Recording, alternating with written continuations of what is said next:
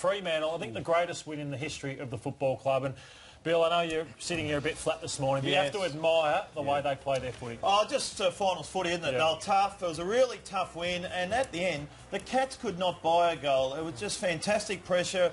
They couldn't get their game running or going. They could no run at all, and the pressure from Freo, you just got to take your hat off and say well done, because they had to come down to Simmons. I think we all thought that Geelong would win that game. And started well too, Geelong. Oh, they did, and missed a couple early, but after quarter time, they were very, very good. And your ruck issue, it's been an issue all year, and you belted there. Aaron Sandilands didn't need to touch the footy, but it's his dominance. I showed another replay of this. Look at the space Barlow's given, and when you're so dominant like Sandilands is, that's not good enough from Geelong. It was 53 hit-outs to 16, 36 clearances to 12 after quarter time, so they were smashed in that department, and Geelong needs to find another ruckman, Bill. They do. Well, Dawson, experience next year. Well, Dawson Simpson was the one. He was the one that was going OK, and of course he went down injured. And Hamish McIntosh, Bill, any hope for... Well, let's hope so. We haven't seen him all year. I don't know if he's down at the club. Ross Lyon, genius.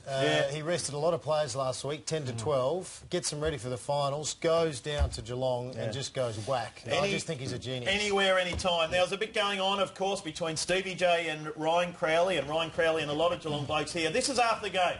So they shake hands reluctantly. Stevie has something to say there. Crowley comes back. They shake hands again here, but there's a bit going on. This is after the game, and then Rhino goes, and Ballantyne comes in, of course, has to say a few words. Captain Day touches in 3 quarters. No, he started well, Steve. I had 12 in the first quarter, and then Ryan did a really good job on him. Then Crowley goes over to Joel Selwood and says, "What's going on here, mate?" And then Joel has a bit to say there. So there's some ill feeling there. A bit disappointing there from Stevie. If he has refused to shake Crowley's hand. No, well, he shook his hand. But later on, maybe, wasn't it? No, it was just then. We saw it. He did shake his hand. And I think what Steve-O will say is that he said something that Steve-O didn't like. So we don't know what he... There's a lot going on even before the game started, Bill. Dawson got reported before the game in an incident which we think will be thrown out. There didn't seem too much... Well, he missed this is before the game, and Podsy had a shot at goal as a result of this. I reckon that one's fine, but Dawson found himself in the middle of a fair bit of stuff going on throughout the day. There's not just that incident there. This is a down-the-ground footage here. Again, Ross Lyon refers played to well, it though, soon. Jack Dawson. He was outstanding. He was very good. There's nothing in that one. No, I wouldn't have thought so. This one too, he was committed to try and block the ball, hit Selwood. Look, they'll have to have a look at it. They will look at it. They do look at it. But I don't think there's too much to worry about there, given the action here. This one on Main on Johnson, it's going to attract the attention, guys. I'm sorry. 2 weeks, maybe 3, Steve.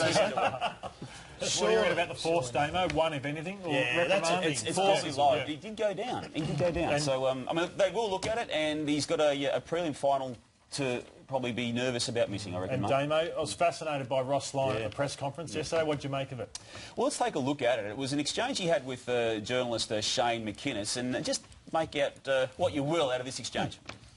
Well, I'm not sure what you're alluding to. Are you talking about Dockers players or Geelong players? Geelong players. We saw a few Geelong Well, I think you're out of line, because what I saw some Dockers players go down off the ball. I'm sure they were as well. But did you have a message to your players in particular? What do you think? I don't know. You tell me. You're the coach. Well, I just think it's a silly question. We play within the rules. What's your name? Mine? Yeah. Shane. Shane who? McInnes. OK, that's the best question you can come up with after 2 hours of footy. You're quite brilliant, Shane. Yeah, terrific.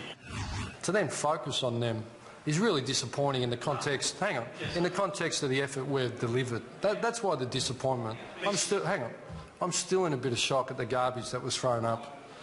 So, let me tell you, he still played very well. It's beyond belief that we can play 2 hours, put on a great performance, and you put up with that garbage. Oh, fired up Rossi line there. But the Cats have got to move on. They've got to get over that. They will today, and then they've got to move on. They've got to take on Port Adelaide.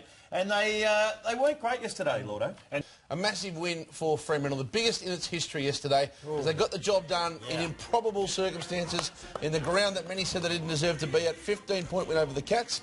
They've set up a home preliminary final, Lordo. They have, Hutch. Unbelievable atmosphere down at Simmons Stadium. It was great to be down there, and the Cats got off to a great start. They just couldn't put the score on the board. I thought Fremantle were off, Bill. Maybe they few nerves for a lot of players who hadn't seen the ground. They did a big warm-up beforehand because so many hadn't seen it. But Stevie Johnson, he had 12 disposals and 2 goals in the first quarter. Crowley actually went to Matty Stokes initially. That was surprising, wasn't it? Went to Stokes to start with, and the 20-minute mark of the first quarter, Ryan Crowley went to Stevie J and did a really good job. They did have a big warm-up. Hayden Ballantyne was out there kicking bare-footed goals. He was out there running around in bare feet. Yeah, and that second quarter, you just felt that they actually won the clearances in the first quarter of Geelong, but once the prime movers of Fremantle got going, Barlow, Mundy, Fife, the game changed. Well, speaking of Michael Barlow, we've been trying to catch him all morning in Western Australia. Let's head across now and see if he's there. Michael Barlow from the West Coast Eagles, excuse me, from the Fremantle Dockers, joins us. West Coast out, Dockers very much in.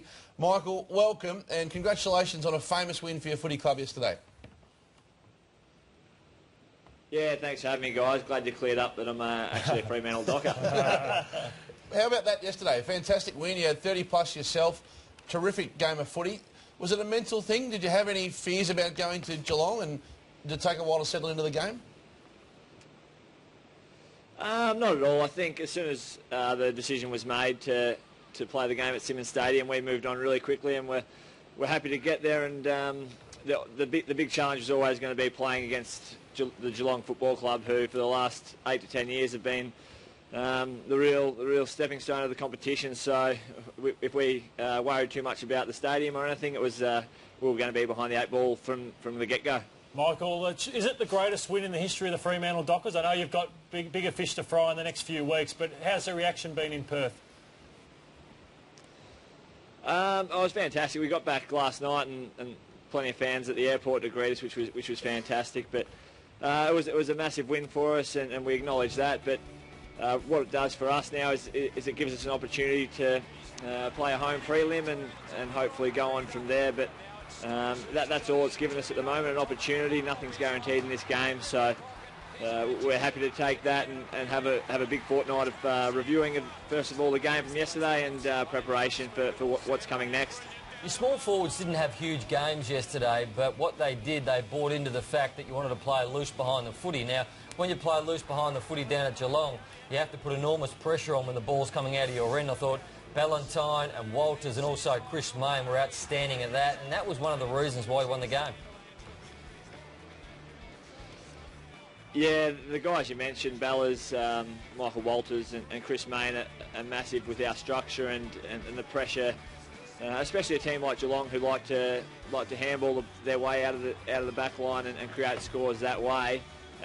The ability of the guys you mentioned to put the pressure on and allow us guys in the midfield and the defenders to organise ourselves and be prepared for what they have coming down the ground was really important. As you mentioned, they probably didn't have their biggest games numbers-wise, but structurally they're very important to us, and hopefully that can continue over the next fortnight. Michael, your own story just continues to elevate. You're overlooked many times as a player in drafts. You had to work to get on the Fremantle list. Horrific broken leg, which took you a long time to come back from. Dented your confidence, obviously. The body's fit and firing now. Do you feel a bit blessed to be there this time of year?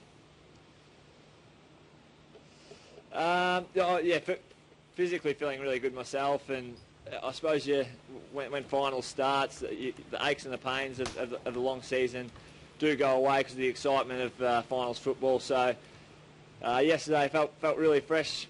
Personally, probably did take the 15 or 20 minutes to get the legs ticking over like a lot of us, but yeah, feeling really good for this time of year, and it's just really exciting to be involved in September at the moment. And as I mentioned, a home prelim in a fortnight's time, hoping the whole of the state gets behind us, and yeah, a really big opportunity for us, and something that we'll mentally and physically prepare for over the next fortnight very thoroughly. Hey Mick, we all marvel at Ross Lyon and his coaching record, although he hasn't won a premiership, but he got you guys together before you went down the race on the ground of Simmons Stadium. What did he have to say before you went into the dugout?